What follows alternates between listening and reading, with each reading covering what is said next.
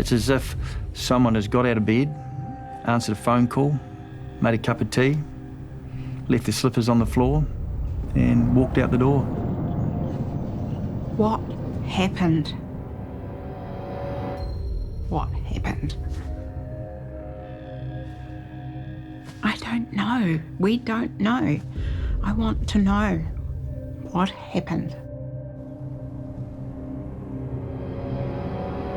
It's every day, I tell you, without a lie. I said, I think of Richard, and, you know, sometimes it's just fleeting, but it's always there. 49-year-old Richard Hinley seemingly vanished from his Christchurch home on Christmas Day in 2015. Everything seems to stop at his house on the 25th of December 2015. It's just if time has stood still since then. Particularly after his mum died, that life just went downhill a bit for him. He had nothing to be jealous of except for the money, so money's a motive. You know, and he did have a lot of cash. Apparently, he'd amassed a bit of cash. 6 years after Richard Hinley went missing without a trace, police believe it's never too late to solve a cold case, but your help is imperative. Has this been some accidental cause? Has he been the subject of foul play? We have brought together a team to review some of New Zealand's most haunting unsolved investigations. They'll use their skills and expertise to look at the case with fresh eyes. For those involved over the years, it's a torment that there are still no answers. If Richard is no longer alive, we want to be able to bring him back and put him with our ancestors. We can look after him.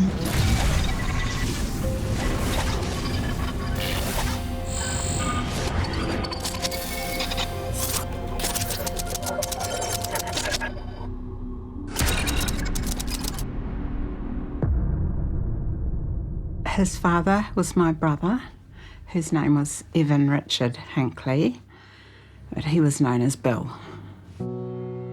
In 1965, he married Leslie Rachel Job from the King Country. They had Richard, her and Bill. Of course, he turned out to be the apple of the eye, the only apple of the eye. His iwi is Maniapoto and the Greater Ngāpuhi. He was a very quaint boy and pixie-like. He was enterprising. He was very young when he got a lot of pleasure out of going around the golf links and picking up all the golf balls that had gone outside the green, selling them back to the golfers. So he earned his own pocket money. He had quite a good little business going on at quite a young age. And we never, ever imagined he was going to grow to 6'4". He was the tallest member of our whole family. Mr. Bean, Mr. Bean. It was just the way Richard's look was at the time. And some of his mannerisms were like Mr. Bean. We always could find Richard in a crowd. We didn't ever believe we were going to lose him. 10th of February, police received a call from Housing New Zealand, and they'd received a call from a concerned neighbour that they hadn't seen Richard for a period of time. Frontline staff attended the address and did a welfare check. They went through the address to check for any signs of foul play or misadventure, and there was no sign of any struggle or anything like that. They found a neat and tidy property. Of interest, there was a laptop present at the scene, and it appeared as if someone had just got up and walked out of the address. They made a number of phone calls to associates with the phone numbers that they found throughout the flat, and they advised that they hadn't seen him for a few weeks. The biggest thing was really that time delay, because particularly with missing persons, every 24 hours, 48 hours, 72 hours that you're missing and you're behind the 8 ball. A missing person inquiry like Richard's comes with its own unique challenges for investigators. One of the limitations of a missing person investigation is that you do not have a body. A missing person investigation is simply that. With Richard's disappearance, I see 3 options. He has taken his life, he has left and simply doesn't want to be found, or he's the subject of a homicide. With all options on the table, it's important to gain an understanding of Richard. Over the years, Richard had developed a love for Japan and all things Japanese. I remember probably about 92, him bringing home books from the library about Japan. He decided he was going to learn Japanese, so he took himself off to Polytech first and later university, and he learned Japanese, he learned linguistics. His walls were lined with Japanese-themed wallpaper, and there were a lot of photographs of Japanese pop artists. He just had created a little bit of Japan, and when you walked in, you just thought, well, I'm in Japan. I didn't even have to fly anywhere. It just, everything's clean and tidy, and there's a place for everything and everything in its place. With preliminary inquiries underway, detectives return on the 26th of February to Richard's Christchurch Madras Street unit. So I went through the address and took a number of photographs, found some old receipts that might be able to help us with inquiries that, could have helped find him. And at that point, when I went through the address, there was no laptop, which I found odd because there was an area set up for a computer, which included a modem and the cables and that sort of thing. It looked out of place not to have something there. That was like another heart to Richard. That was his, I suppose, his other way into the world. That second scene examination was a more detailed one in relation to finding out, just digging deeper. For example, items in the fridge, the expiry dates of the milk, which was one of them was 28th of December, so we needed to narrow down time frames to when Richard was present, when he was not present. You could sense he had that was potentially his peaceful place, sitting out on the patio and doing some gardening. You could tell that the significant overgrowth from 2 months of being left there.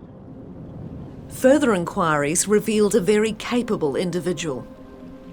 Richard did a number of roles. He went to Australia, worked over there. He was involved in some construction work. He worked as a taxi driver. For a period worked on the trawlers, and he actually had a very good reputation. They all loved working with him on the boats. He was living an independent life. He had a good work ethic, enjoying himself, and he managed his money well. Richard had a car accident, I think it was around about 2004. From what I understand, he was going too fast for the conditions and crashed. He ended up in hospital. And he received very serious spinal and head injuries. One of the legacies of that accident, that Richard, he did suffer with depression. From what I understand after that, I don't know whether it was a coping mechanism or what, but he started to drink quite heavily. In November of 2011, Leslie Rachel, Richard's mother, suddenly died. With Richard already estranged from his father, this loss hit him hard. When my sister died, I found it very unusual that Richard did not accompany his mother back to our tūranga waiwai. We have our family urupa and we have our marae. He didn't come back. I said, it's not a problem getting you back, Rich. I said, you can come back with us. And he said, no, it's all right, Auntie, I'll stay here. He did his best, but he probably emotionally and took a dive with all that grief. By 2015, Jill realised things had got even worse for her nephew. He just told me how he'd been so deeply in debt, but he was not wanting me to worry. So he told me it's going to be all right, Auntie Jill. I guess he was embarrassed because it wasn't his thing to get in debt. By the end of 2015, Richard had accumulated about $40,000 or so, just a little bit more than that in debt. What had changed for Richard in recent years? Did he have a secret life his family didn't know about?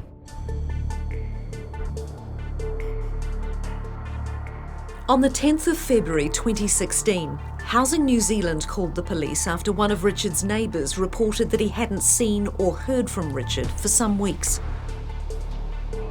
Initial searches of Richard's Japanese-themed home showed no signs of a struggle. We have brought together a group of Canterbury detectives to review this inquiry. We will also be looking to you, the viewer, to help find Richard. Leading our review will be Detective Inspector Michael Ford.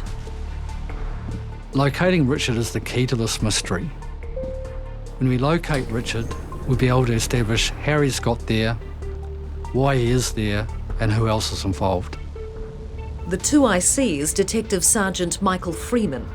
He spearheads the investigation and has been with Richard's file from the get-go. It stays with you, some of these people that you don't find, because we've all got families. You know, I'm a parent myself, and I've got 2 daughters. No parent should have to wonder where his child is either missing or dead. Detective Sean Greenall is the OC of Richard's case since it landed on his desk in late February 2016.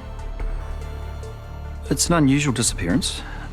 Normally people would, make the odd FPOS transaction or something like that. There'd be some sort of an electronic footprint. But in this case, there hasn't been anything that we've been able to find. Joining the team for this cold case review is Detective Sergeant Lisa Harrington, who runs the Missing Person Unit out of Police National Headquarters. It's in the unexplained category because we don't know what has happened to him. We don't know if he's the victim of a homicide. We don't know whether he has voluntarily disappeared. 4 detectives, 1 cold case. It's time for the Richard Hinley investigation to begin. Just as important as finding out what has happened to Richard, it's so important to find out where he is. A lot of people, their lives are just frozen in time. They want answers, they can't get them, and until that person is located, there's no closure. It's actually a good reminder today, coming in, reflecting on these photographs around the wall and just seeing again that it's important for these families to get some answers. Absolutely. He's someone's child, someone's nephew, and for that family, they can have no closure. Was there anything that you found that gave an indication of when he was last there? A family member called him at 7:30 on Christmas morning, 2015, to wish him a Merry Christmas. The last person who, in our family up here, that spoke to him was my brother Anton, and that was a normal thing that Anton did, was always ring Richard on Christmas Day. He had a short conversation with him Christmas Day 2015, and it wasn't the usual long conversation they have. He said he just felt that it was a bit terse. Yeah, the person that was speaking to him just said, well, he'll call him back when he was a bit more awake, and that was the last time that person had spoken to Richard. In the years leading up to his disappearance, Richard's life had become increasingly fraught. His mother's death in 2011 appears to have had a huge impact on him. So prior to his mother's death, or in his formative years, he appeared to manage his money reasonably well, and he had a student loan. He funded trips to Japan. So post his mother's death, there were some challenges. Yeah, I think the thing that really tripped him up was the access to a credit card facility with a significant available balance. So he started using that credit card facility in 2011, and it just seemed to snowball over time. So from the mum's funeral, that's when he started, there was a change in behaviour in relation to the use of that credit card? Yeah, the funeral expense was paid for on the credit card, and the credit card had a starting balance of $2,000 in credit. His mother actually died on the 6th of November 2011, and then the following year, in March, is when cash withdrawals have started from that account. So these cash withdrawals have been made at ATMs on the credit card, so they're cash advances. And over time, that debt has accumulated to the point where in December of 2014, the credit card debt was $12,000, and between that time and the 16th of December 2015, so over the course of 1 year, that debt has ballooned out to $29,000. Richard, who had previously managed well on his sickness benefit, was now withdrawing cash at an alarmingly frequent rate. In February of 2015, he took a total of $770 out. March, that went up to $900. In April, $1,320. And then May, there was $2,500. In that month, he also bought a computer, $1,500 on that credit card. In June, $2,650, in addition to his other purchases, so that was his highest cash withdrawal month. Do we know whereabouts he's been getting that money out? Unfortunately, in the documents and statements that we've got, they don't show the location of the ATMs where the cash withdrawals are being made. How about July? What's the usage in relation to his card for that month? Yes, so it dropped off a little bit, down to $1,500 worth of cash withdrawals in July. The largest being $700 on the 11th, and his final withdrawal of cash on the 16th of July 2015. So it looks like from there his card has been maxed out. No, he's carrying a lot of cash, and especially these days, you tend to, it's a fairly cashless society, and here's Richard frequently making cash withdrawals and carrying that large amount of cash, and I just wonder what he is actually spending that money on. And why would he do that rather than just pay for the goods with his credit card? That's right. So what is he actually using that cash for? Yeah, we need to know what he was spending that money on, don't we? Yeah, we do. That's a real key question. Richard's use of his credit card did not go unnoticed by his family. You know, on the face of it, he was a happy chappy. You know, I'd made arrangements to stay with him, and he put out the welcome mat for us. He said, yep, there's the bed, auntie, and look, I've baked you a nice bread. I said, ooh, that looks nice, Rich. It had stout in it anyway, and it was so tasty. Oh, thanks, Rich. I thought, oh, well, I'll go and get some kai, you know, for us all to share, because then we're, you know, spending a few days there and realising, you know, Richard's circumstances. And I got the groceries, and he comes running back, armful of booze. Richard, what are you doing? I said, how can you afford that, Richard? He says, and he's laughing away, and he's saying, well, the banks keep giving me credit cards. The analysis of Richard's financials, especially the cash withdrawals, is a mystery. We question, why is he taking out that money? What is he using it for? What sort of lifestyle was Richard living that required him to have that amount of cash? Yeah, where's that money gone? Or who has the money gone to? I mean, what other services did he use? That required cash instead of just a normal transaction. Just looking around the CBD here, there's a lot of licensed premises with pokie machines in them. Is there any suggestion that Richard may have had a gambling problem? No one has come forward with any information to suggest that he was gambling, but you couldn't rule it out. He could have been involved in the use of poker machines and gambling. That would account for a lot of the money that was disappearing. Taking out that kind of money, one wonders, well, what was it for? Why was he doing it? Was it for something completely different that we don't know? That credit card, it got up to about $30,000 in debt, and he also had a student loan of about $14,000 and a $2,500 overdraft as well in another account. So on the 9th of November, a gentleman from the budgeting services was given the job. Obviously, Richard had reached out about getting himself on track, and they went through the insolvency process and basically worked out all of his debts and went through that proceeding. And his debts were about $45,000 to $47,000, which is a substantial amount of debt for someone who's not in active employment. Was Richard quite motivated to getting his finances back on track? Initially, there seemed to be a bit of reluctance on his part to get on board with the process. The guy from the budgeting services really got him on track and went through it with him. So when was the last time Richard had contact with budget servicing? So on the 23rd of December 2015, Richard called the budgeting service. Richard was on track with his budgeting and he'd set up his automatic payments. So that's not really the characteristics of someone who wants to go missing voluntarily, does it? If he's making plans for his future. Following the money trail has raised more unanswered questions. Has the shame of insolvency overwhelmed Richard, or has he used the money to leave his former life?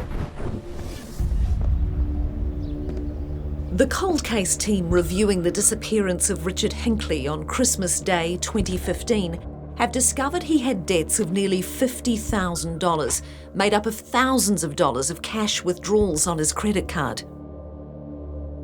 What's he done with all that cash? Where is that money now? So it was known that he had access to money. From what I understand, he was quite showy in relation to not afraid to actually flash the cash around. Yeah, it seems that all of his associates knew that he had cash. I think some of them thought he had an inheritance and others just thought he had lots of cash and was quite well off. So others have said that he'd pull out cash, and play with it and count it in front of them and stuff like that, and it was in hundreds and fifties, so large denominations.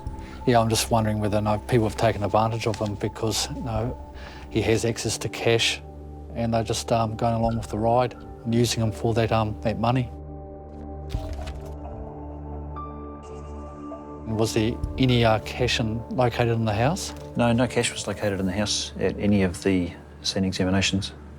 Yeah, it's a really interesting point. So where has that money gone?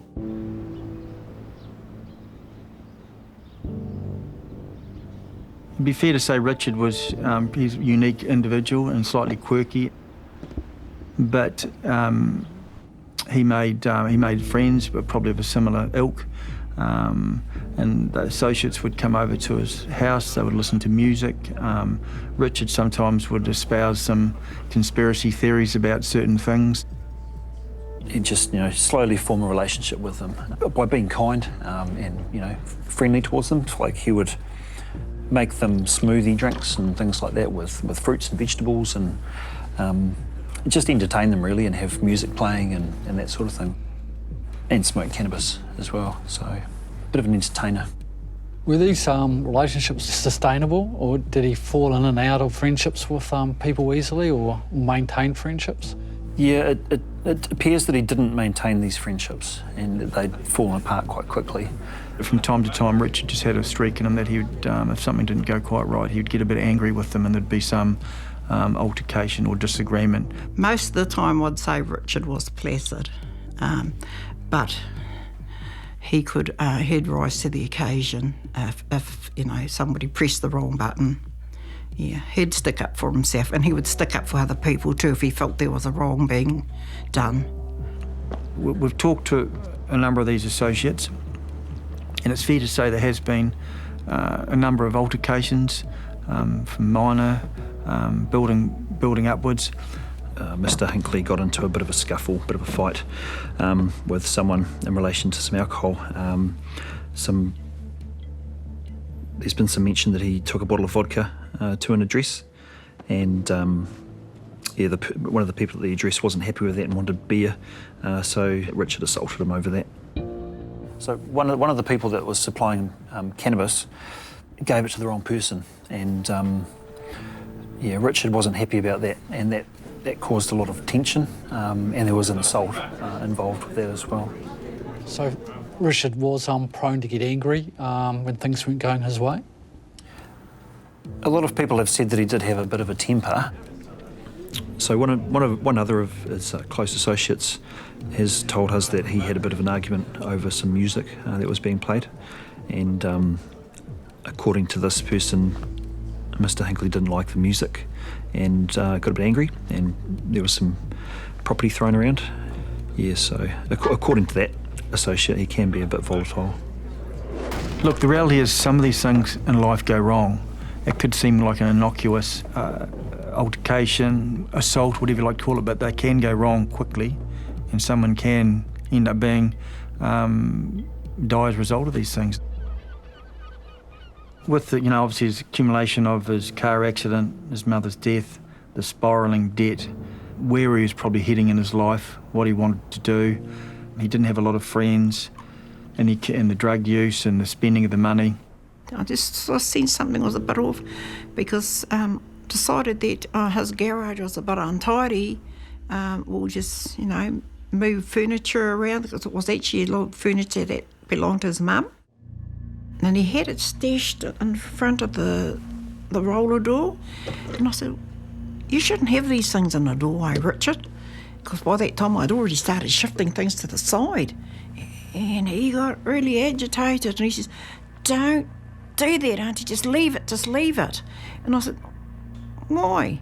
And he says, that's in case somebody comes in here. I've got to have something to, like a barrier, prevent them from getting in too quickly. And I thought, oh, that's a bit strange, I think things were increasing for him, and so that could have also resulted in maybe some of these, his behaviours and how he would have these outbursts and get angry with some of his close friends and associates. Yeah, and I can just see the look on his face now. I think he was a bit fearful. I think he was. The drug world is a very fickle and underhand world at times. That's just what it is. Richard was a large man, yeah, so I think if he has been the victim of foul play, then more than one person would know. Let's face it, people get killed over an ounce, pound, in case something goes wrong or whatever. That could be a possibility, but we just don't know. Detectives now return to the second scene examination and what could be a vital clue.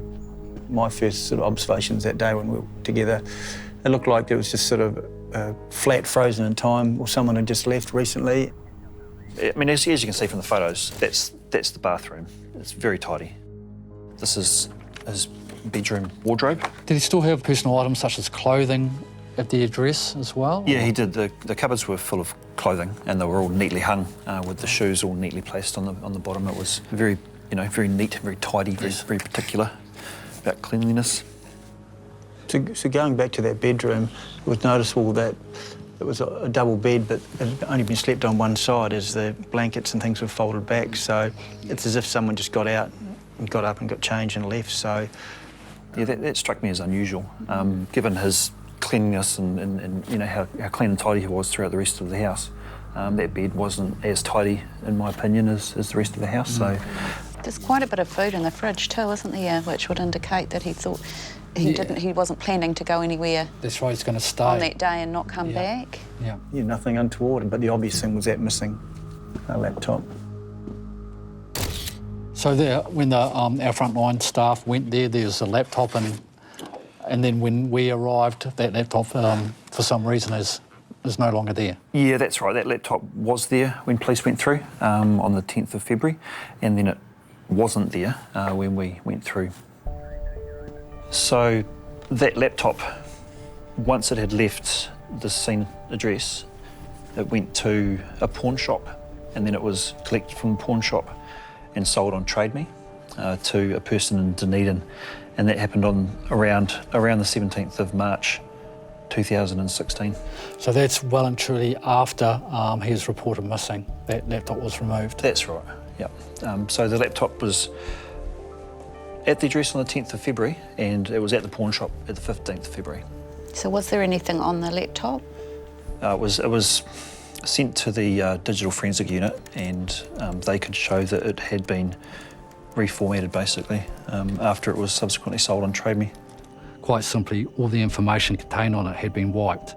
It's a shame that you couldn't get anything from the computer. It's quite common in missing person cases to have a history on there of looking up certain sites on Google. Yeah, and that was real key commonality. That we yeah, didn't have. It's a shame.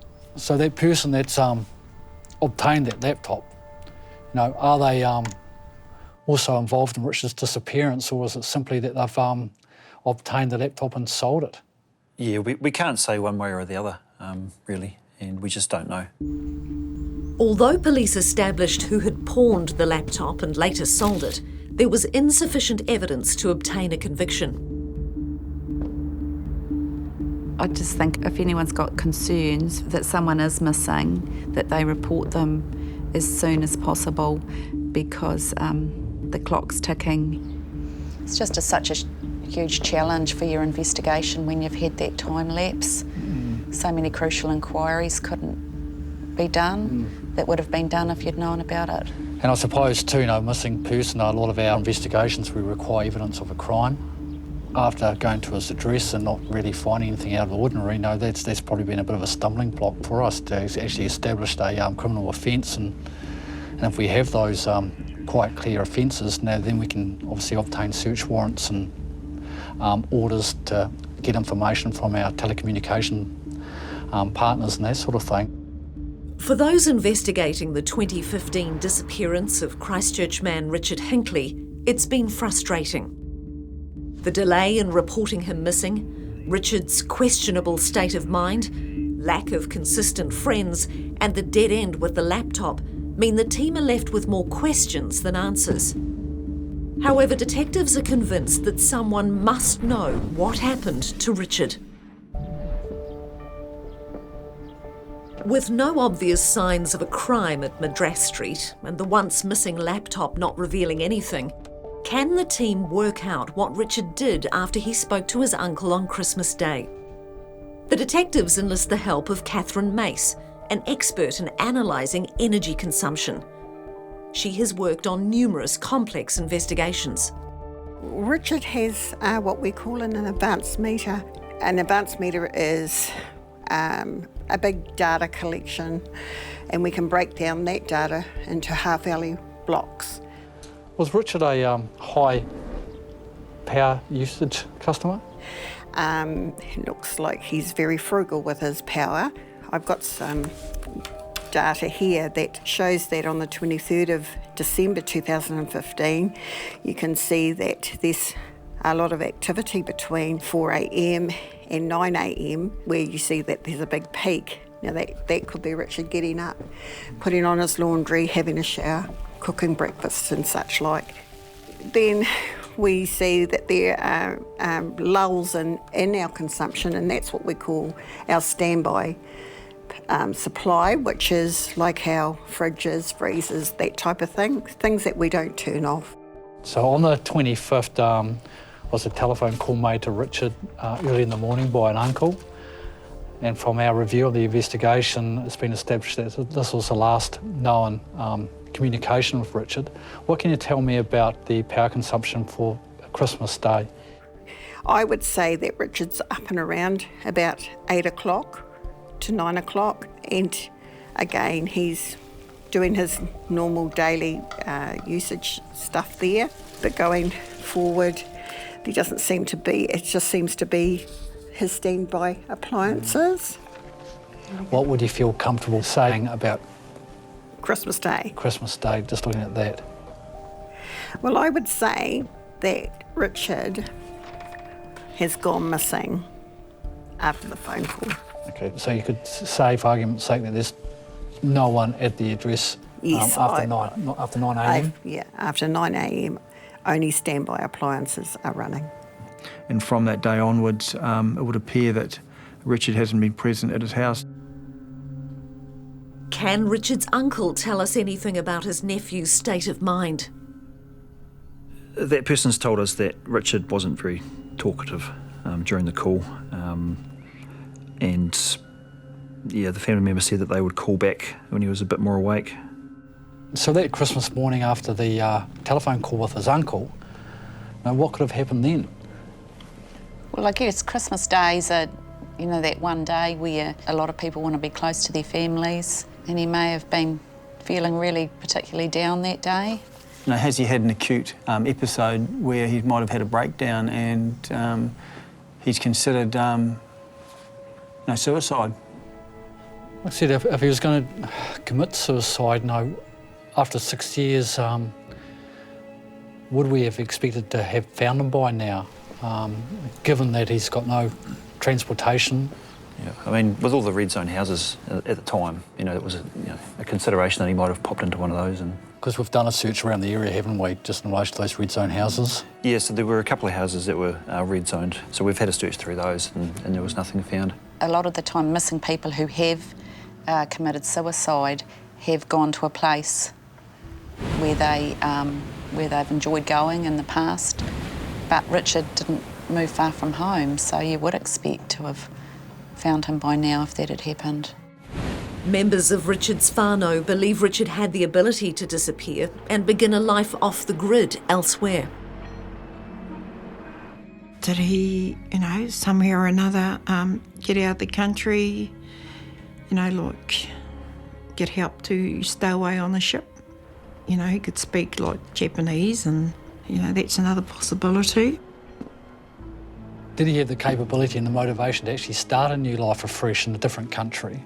I think we need to consider whether Richard has gone further afield. He has had access to money, although it was drying up, but had he saved enough to keep some aside? He had an affinity with Japanese culture and Japanese language. Has he got other means, left the country? For example, leaving via port, using other means to potentially obtain another passport, or any other means to get out of the country. And he has those skills, and particularly the language, to actually maybe get on a boat or some other option that could get him out of the country, that potentially the authorities don't know about. Well, he had talked about wanting to go back to Japan, hadn't he? If Richard has done that, then he's allowed to do that. It's not an offence to go missing, but if that is the case, then we need to know that information as well. I think it certainly is a bit of a dream, to be able to accumulate a lot of cash and utilise that to create some new identity and move on, but I think that he is still in New Zealand. The question remains, where?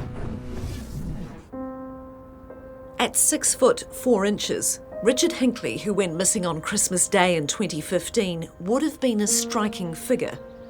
Police believe the public are key to solving this cryptic case. There's three possible things that could have happened to Richard. One, he's just gone on a walkabout. I think he would have been quite capable of getting himself lost, in the wilderness areas. Or did he, somehow or another get out of the country? And the other thing is, which you hate to think of, he's dead because of somebody else's hand or by his own hand. And they're all possibilities, I've lost other family members in the last few years, but we know what happened to them and we were able to say our goodbyes. But in the case of Richard, we don't know what happened. His dad, unfortunately, passed 2 or 3 years ago. So yes, it was really, really hard for him. It would be hard for any parent who doesn't know what's happened to their child. It's sad to look at things and think that this is what's happened to him, but we've got no other hope at present. We just have a moment in time. We can evidentially put him at his address on Christmas Day. I'm comfortable with that, on the 25th of December 2015. But almost from 10 o'clock on that day, Richard ceased to exist. We really need to know what he's been up to on Christmas Day. Yeah, Richard's really distinctive. Really information from the community is vital to actually solving this.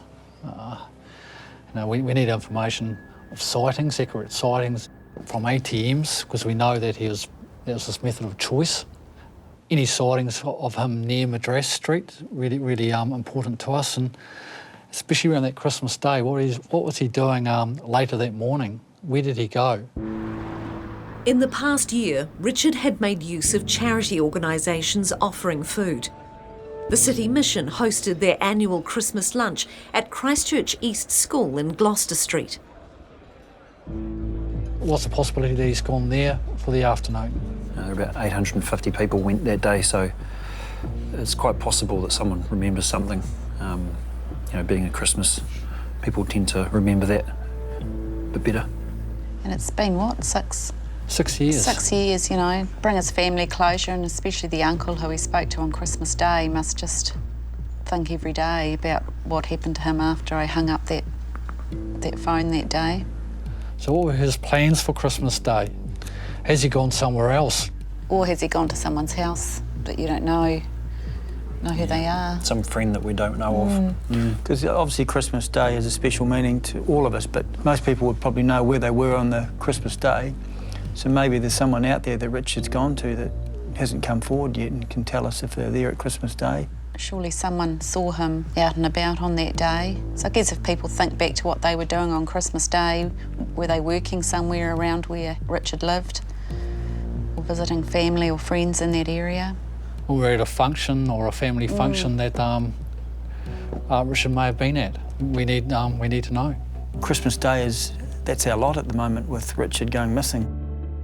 We even look around the room, you can see there's family memories there, lots of photographs and happy times, and he's someone's son, someone's uncle, relative, and if they knew something, they could provide us with some more information because this family wants some closure. This is really important, though. This is very solvable. It's just finding that piece of evidence or that information that actually leads us down the right path. Yeah, I think someone out there does have information for us that hasn't come forward yet. And it's just so important that actually the community have information that they do contact us. We want to know where he is, because if we actually find him, everything else will fall into place. Yeah. The evidence will take us actually where it needs to take us. Well, when he was tiny, he would say, "Tup tea, Nana. Tup tea, Auntie Jill," When I put the jug on to make a cup of tea, I think of Richard. Almost every time I think of Richard. It's just something about he loved making a pot of tea, or or everybody getting round the teapot and enjoying talking, and that's when I think of him. Pretty much every day. When I think of Richard now, I'm just wondering. Where are you, Richard? I'm wondering every time I think of him. That's not I think. Where are you?